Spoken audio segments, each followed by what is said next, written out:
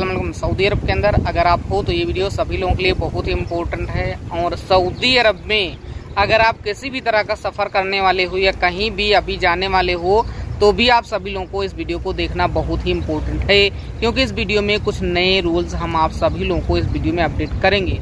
दोस्तों, काफ़ी ज़्यादा लोगों के मन में कई नए सवाल होते हैं, उसके भी कुछ नए जवाब और इम्पोर्टेंट जानकारी के साथ इस वीडियो में हम आपको अपडेट करेंगे।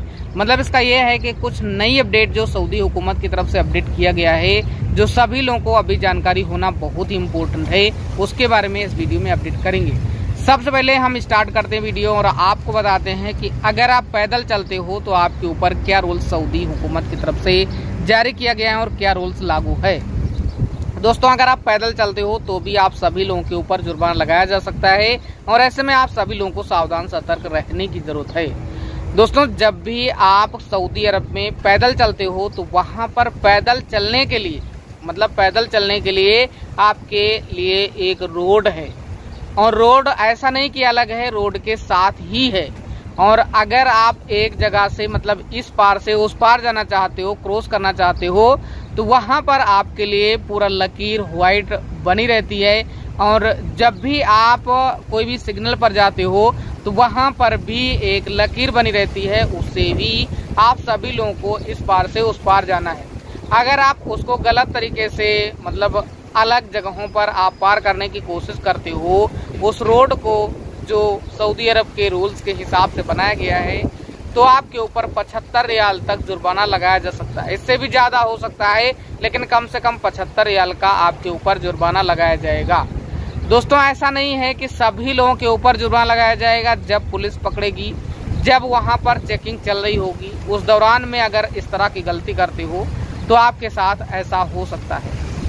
दोस्तों, एक और बात है कि अगर आप सऊदी अरब में मल्टीपल वीजा पर आते हो तो आप सभी लोगों को सावधान सतर्क रहने की जरूरत है, क्योंकि मल्टीपल वीजा की जो भी एक्सपायरी होती है, अगर आप उस दौरान नहीं जाते हो, यानी कि काफ़ी ज़्यादा लोग मल्टीपल एंट्री वीजा पर आते हैं, तो वहाँ पर एक बार आपका वीज़ा जो है वो रिन्यूअल किया जाता है, फिर आप जो है मल्टीपल सऊदी अरब में एंट्री कर सकते हो, लेकिन दूसरी कंट्री में आप सभी लोगों को जाना होगा।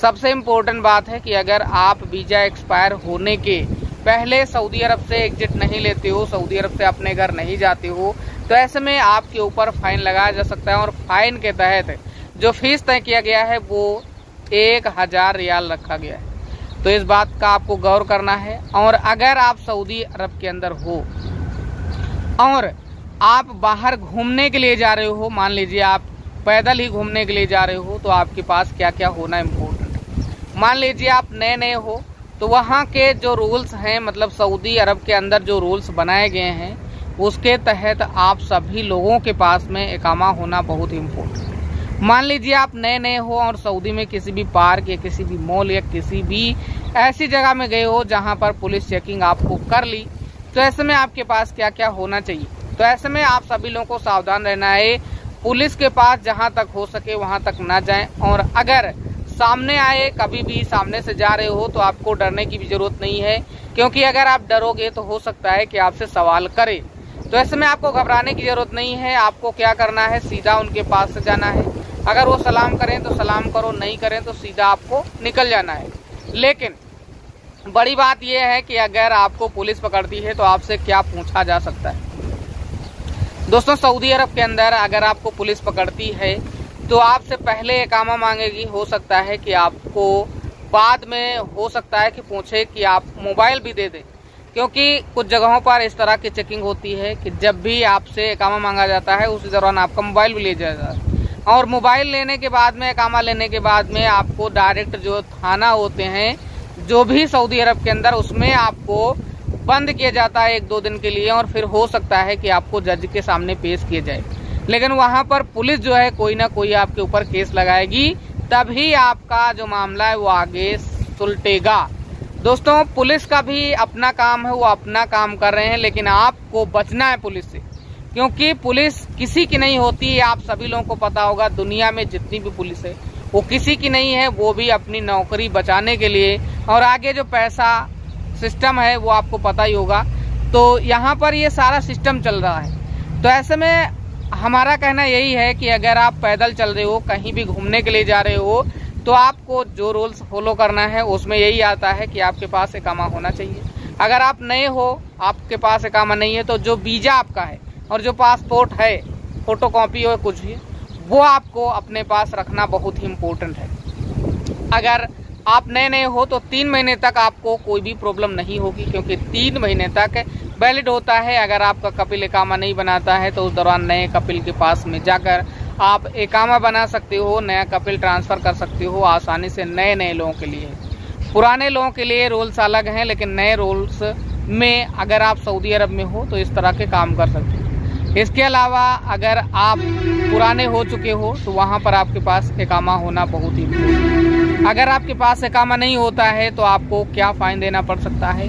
1000 रियाल आपको जुर्माना देना पड़ सकता है, और फाइन आपके ऊपर लगाएगा, आपके इकामा पर लगाएगा। जो पुलिस है वो आपके इकामा पर फाइन लगा देगा। तो इसलिए अगर आपको फोटो भी पुलिस को आपने दिया तो उसके ऊपर फाइन मार देगा सीधा 1000 का, या हो सकता है इससे कम, हो सकता है इससे ज्यादा। ये डीटी नहीं दिया जा सकता है वो कौन से केस के तहत किस तरह से आपको फाइन दिया जा सकता है, गारंटी नहीं है।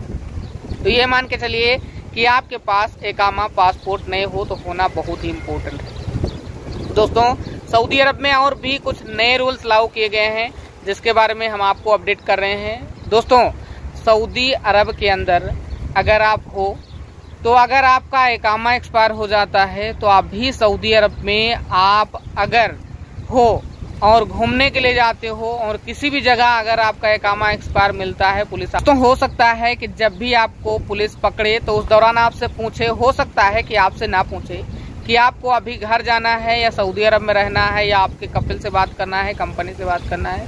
कभी कभी नहीं भी पूछती। अगर आपका इकामा वैलिड है तब तो टेंशन लेने की जरूरत नहीं, लेकिन अगर आपका इकामा वैलिड नहीं है तो टेंशन लेने की जरूरत है। आपको आपके घर भेजा जा सकता है, जिस तरह से दुबई या कुवैत में है कि जो सिस्टम है, अगर पुलिस पकड़ लेती है तो वहाँ पर नहीं पूछती है कि आपके पास इकामा है नहीं है, सिर्फ आपको गलत तरीके से पकड़े, जैसे कि दूसरा काम करते हुए, दूसरे की गाड़ी से सफ़र करते हुए, या कोई गलत काम करते हुए, जो लीगल है वो नहीं, इलीगल काम करते हुए पकड़े जाते हो, तो उसके तहत आपको आपके घर सऊदी की अब जो पुलिस है वो भी भेज सकती है। क्योंकि पहले इस तरह के रूल्स नहीं थे, पहले इकामा है नहीं है, पहले कपिल से पूछा जाता था, जो सिस्टम है उसके तहत आपको भेजा जाता था, लेकिन अब पुलिस भी आपका फाइनल एग्जिट लगा सकती है। इसलिए आपको सावधान सतर्क रहने की जरूरत है, क्योंकि सऊदी अरब के अंदर नए बदलाव होते रहते हैं। सभी लोगों को सावधान रहना है,